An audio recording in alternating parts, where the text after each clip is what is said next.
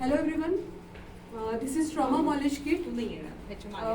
मॉलेज म्हणजे काय तर आपत्कालीन इमर्जन्सी कंडिशन्समध्ये जर एखाद्या वेळेला ऑनसाईट काही इंजुरी झाली, ग्रीवियस इंजुरी म्हणतो आपण, त्या इंजुरीच्या वेळेला त्याचं प्रात्यक्षिकपणा किंवा एखादा इव्हेंट किंवा सिनॅरिओ क्रिएट करणे, म्हणजे तो प्रॅक्टिकल डेमॉन्स्ट्रेशन करून तो इव्हेंट हा जो आपण क्रिएट करतोय तो क्रिएट यासाठी करायचा की त्यासाठी आपण ट्रीटमेंट मॉडॅलिटी त्या ऑनसाईटला काय काय करू शकतो as a life saving major.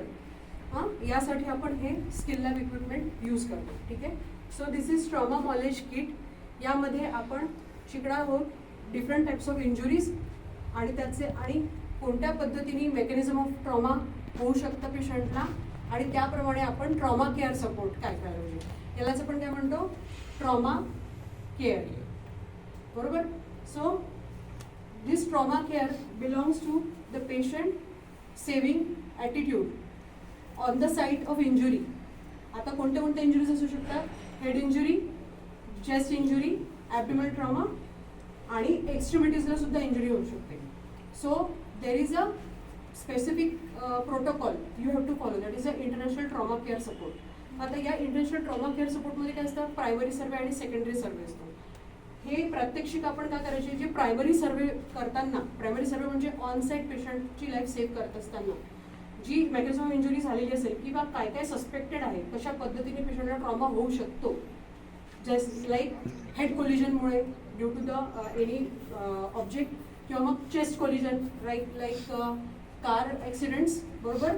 आणि एखादे ग्रीवियस इंजुरीज म्हणजे मास कॅज्युअल्टीजमध्ये किंवा एक्सप्लोजन्समध्ये त्यामध्ये कोणत्या कोणत्या प्रकारच्या इंजुरीज होऊ शकतात आणि त्या इंजुरीज झाल्यानंतर आपण कसं सेव्ह करायचं ते आपण एक बघूया. की एखाद्या इंजुरीमध्ये पेशंटला नेकला स्टॅब केलं तर त्यामध्ये डीप इंजुरी अशी दिसू शकते. Even the bone part has been expose. This is the deepest grievous injury. बरोबर. देन इथे जे आहे this is the chest injury. Car कोलिजनमध्ये मॅक्झिमम वेळेला होणारी injury is a chest injury, chest trauma. मग त्यामध्ये एकतर haemothorax, pneumothorax, the primary and the very important condition which will takes place is a pneumothorax. म्हणजे काय? Air in the lung.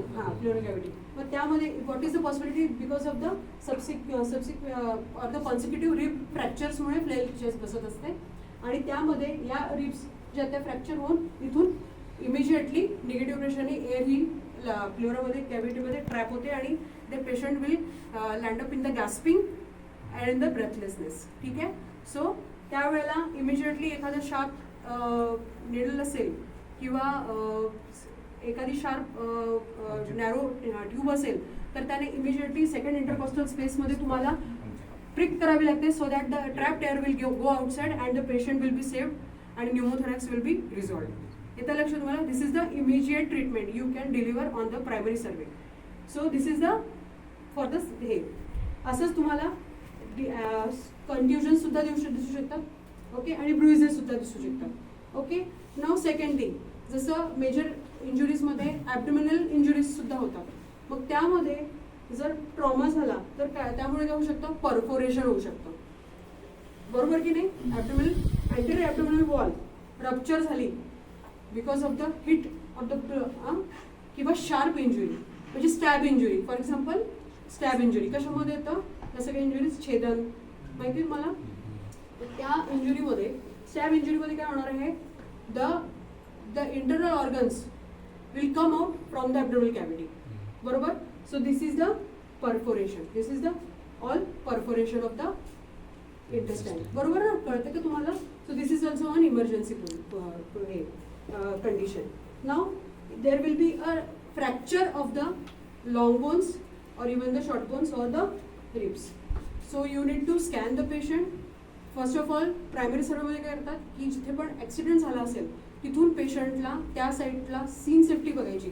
तर patient is in the good scenario or is there any chances of explosion of the car or any chances of getting fire. कारण तुम्ही तिथे save करायला जातो you will also land up in the trouble. बरोबर की नाही?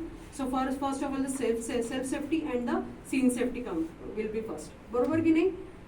Your with me सगळे. Yes, so ते झाल्यानंतर काय करायचं आहे की पेशंटला सेफ साईडला मोबिलाइज करायचं आहे. So you will get out that patient with someone helps, call for help. सर्वात पहिले तुम्ही कॉल करायचा, कोणातरी हेल्पला बोलवायचं, पेशंटला सेफ साईडवर घ्यायचं आणि make sure that patient may have a cervical spine injury. म्हणजेच काय तर पेशंटची नेक जी आहे ती बेंट होऊ द्यायची नाही. सो त्यावेळेला तुम्हाला स्पाइन स्ट्रेट ठेवून कोणाच्या तरी मदतीने पेशंटला सुपाईन झोपायचं आहे आणि पहिल्यांदा काय करायचं आहे, सगळं इन्स्पेक्ट करायचं असतं. इन्स्पेक्शन म्हणजे काय, हेड बरोबर आहे का, पेशंटला आधी विचारायचं की हॅलो हाव आर यू, का म्हणजे तो रिस्पॉन्ड करतोय का, is the patient is responsive आणि त्याचा एअरवे चांगला आहे का, ABCD इथे पण इथे is very important resuscitation. So त्यानंतर हेड एक्स्ट्रीमिटीज चेक करायचे पाल्पेट करून की is it okay that any in suspicious of fractures.